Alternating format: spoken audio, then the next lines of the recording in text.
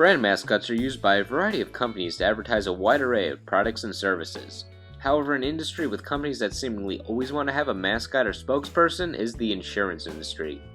Considering insurance is something that isn't exactly easy to make fun, many insurance companies, and not just the car ones, find a way to entertain viewers into checking out their business with the colorful appeal of these characters. I'm going to take a look at the most notable insurance mascots, considering how known they are in the public eye. Which means some of these mascots may have worn out, and the public might be tired of them, but who cares? This is the top 10 insurance mascots. Number 10 is the Traveler's Umbrella. Well, actually, it's more part of the logo, so I should say the guy holding the Traveler's Umbrella. Looks like a trustworthy guy, right? He's wearing a bowler derby, and he goes around helping people. In reality, he only appeared in a few commercials for Traveler, so I don't know if that counts him as the mascot per se, but for the sake of this list, I'll count him as the mascot. Plus, he's advertising the company, whether it's using the red Traveler's Umbrella to shield people from the rain, or putting it on cheesecakes. I don't know, he's got a hat I can trust, or a face I can trust. Okay, fine, I trust the hat. Number 9 is Brian from Confused.com. Now, Confused.com is a British price comparison website for insurances, so it doesn't sell insurance directly. However, it's still in the insurance industry, which is why Brian counts for this list. Plus, he's a lot cooler than other mainstream insurance mascots. I mean, look at those eyes. They're cute. Plus, he's one of the most polite mascots I've ever seen. And isn't that what we need more of in today's society? Polite robots? No higher pitched voice in me, just politeness in general. Oh, that's deep. No, it isn't. Number 8 is the General. His design is simple, an old-fashioned army general with a handlebar mustache that could eat a person alive. The General's design has changed quite a bit over the years, yet, at the same time, it hasn't changed at all. In 1997, he looked like this piece of clip art from Windows 95. About 10 years later, he was upgraded to CG and looked like one of those monsters in that 1997 Tootsie Pop commercial. Anyone else see the resemblance? Anyone else even know what I'm talking about? Anyway, then he upgraded to a snazzy smartphone, and now he's still CG, but nice and shiny. Number 7 is Eagle Man from Eagle Man Insurance. As far as iconic goes, he doesn't fit the bill. And as far as a good mascot goes, he falls flat, but is he memorable? Kind of. The commercial that features him is so horrible yet so funny at the same time, it's basically a work of art, but not really. Eagle Man lays an egg on top of some woman's car who's not insured, and his child hatches from the egg, holding a piece of paper with Eagle Man's low insurance rates. And the reaction by the woman is so poorly acted, it sounds like they're almost humoring him when they're commenting on the low rates, like, "Ah, look at those low rates. Did you call GEICO yet?" There's also an Eagle Woman commercial. She also lays an egg with low rates in those commercials. Kinda weird that Eagle Man and Eagle Woman both lay eggs. Eagle Man may seem like a forgotten mascot outside of an internet meme, but at least his legacy is remembered in the DC Comics fighting game Injustice: Gods Among Us. No, I'm not trying to name drop this video game again.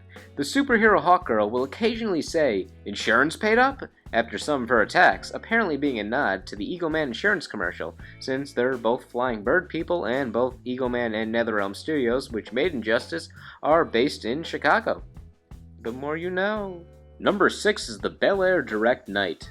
The mascot for this Canadian company protects us from whatever threatens our car, despite the fact he's only a few inches tall. I don't know how you're going to protect us. That costume barely constitutes his armor. It's just a helmet. What's protecting your body?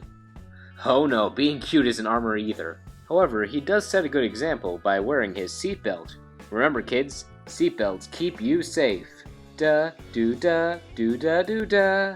Number 5 is Erin Esurance for Esurance. She's a secret agent that advertises car insurance. Wait, why do I sound so confused? We have rabbits advertising chocolate milk. This is normal compared to that. Still, her commercials do embrace the outlandishness you'd expect from a secret agent advertising car insurance. Her enemies are basically bad insurance rates. She'd also occasionally just be the general spokeswoman / cartoon for Esurance. Now she's retired, well, as a mascot. There's a few reasons out there why, but the quote-unquote official Esurance reason is because in certain surveys of product and service mascots, she was one of the lowest ranked. Even below Clippy, the Microsoft Paperclip. Wait, when's the last time people even cared about him? How old are these surveys? He hasn't been relevant since like 2003. Erin Esurance was retired in what, 2008? Hell, people probably like Clippy now because he's nostalgic. After losing her spot as the main mascot, she was at least put in the background of Esurance commercials for a period of time until she withered away into nothingness in the logo. Or maybe she's still there. She's a secret agent. She could just be hiding and doing a really good job. Number 4 is the Aflac duck. He basically says the name of the company in which he's promoting when people are having a conversation about situations where Aflac would be quite useful. He's a little slapsticky when doing it, and that's about all to his character. He's also a duck, as his name implies. I don't know why he's this high. He doesn't wear a knight helmet or fight crimes as secret agent. He doesn't even lay eggs. His status as an icon in advertising history is really what got him so high on this list. Otherwise, he'd just be a duck that says quack. Or Aflac. They sound very similar. Number 3 is Flo from Progressive. I feel at this point many people are tired of her shenanigans, but I'm looking at how she appeared over time. Initially, she was an offbeat saleswoman that interacted with customers while telling them about rates. She received a pretty good reception, it seemed, at the beginning, so she was featured in more commercials. Now she's in everything that Progressive does. Exposure like that can hurt you sometimes. At this point, she's been in over 50 commercials, and that doesn't include any online or radio ads. Her actress is more likely famous from these commercials than she is from her appearances in Mad Men.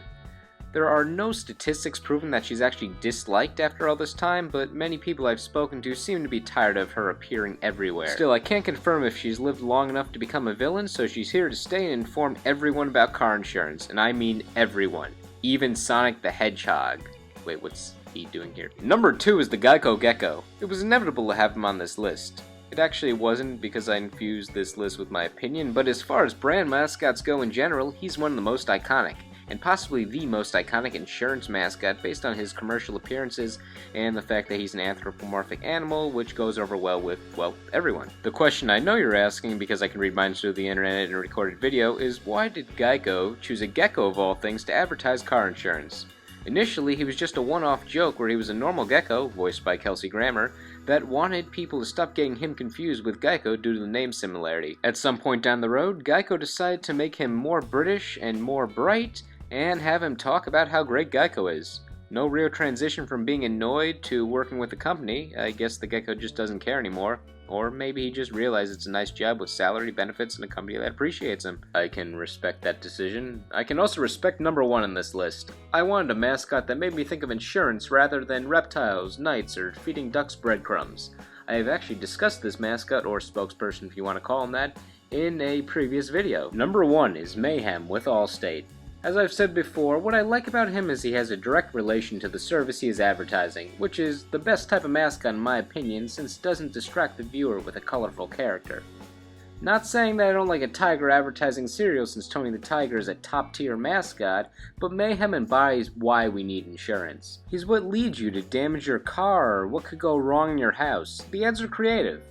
They range from the obvious potential problems like obstructive view while driving to, yeah, that.